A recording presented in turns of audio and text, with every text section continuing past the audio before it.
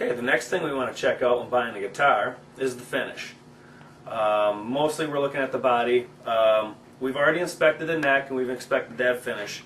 So what we want to do is just kind of look the body over. Points of interest are always the edges. Guitars always get dings and stuff right on the edges. So you want to just go around the guitar, feel it, feel for any divots. Do a visual inspection by eye also. And then flip it over. And same thing. You want to go and just make sure that every corner, see what I can feel one right there. Just your fingers aren't going to lie to you and your eyes aren't going to lie to you. If you see something that really you don't like, you might want to pass on that guitar. Finishes are fairly labor intensive with sanding and everything if you wanted to try and finish one or refinish one. I noticed also on this one, I don't think you're going to be able to see it in the video, but there's a couple of really small dings here. With the white pearl finish, we're not going to see them. Check around the pickups.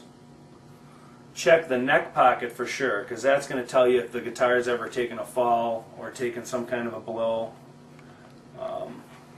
Check the flat surfaces. Just you want to visually inspect everything. The shine, you might get some cloudy spots in the finish.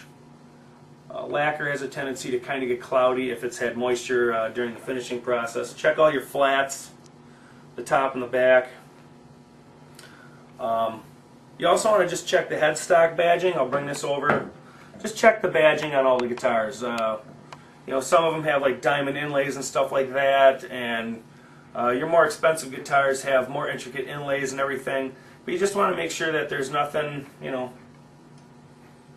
sticking out at you that really looks terrible. I've even had some brand new guitars that I've looked at and negotiated on price just because the head badging just wasn't quite there. Again, check around all your tuning machines and make sure that there's no chips, dings, and then do the same on the back. Check the neck for dings also. All around, if it's taken a hit, especially on the used guitars, sometimes these things go off the stand, sometimes the strap lets loose and people drop them. And always know too that you can use that as a negotiation in dropping the price on a used and new guitar.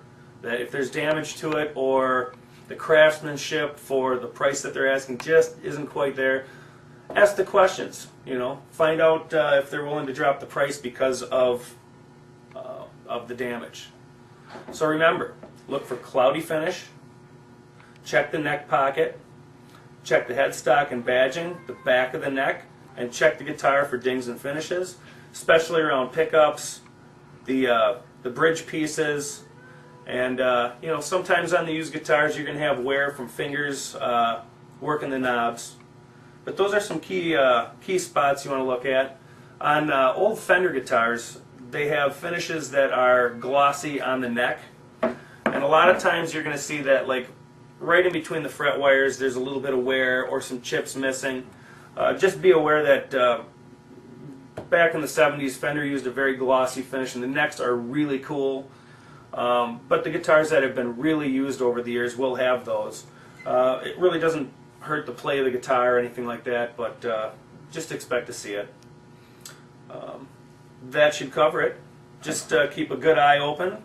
Remember that darker finishes also are going to show more damage than the lighter finishes. And that's about it for looking at finishes. You just want to do a visual and then rub your hand on everything and just make sure that the guitar is clean.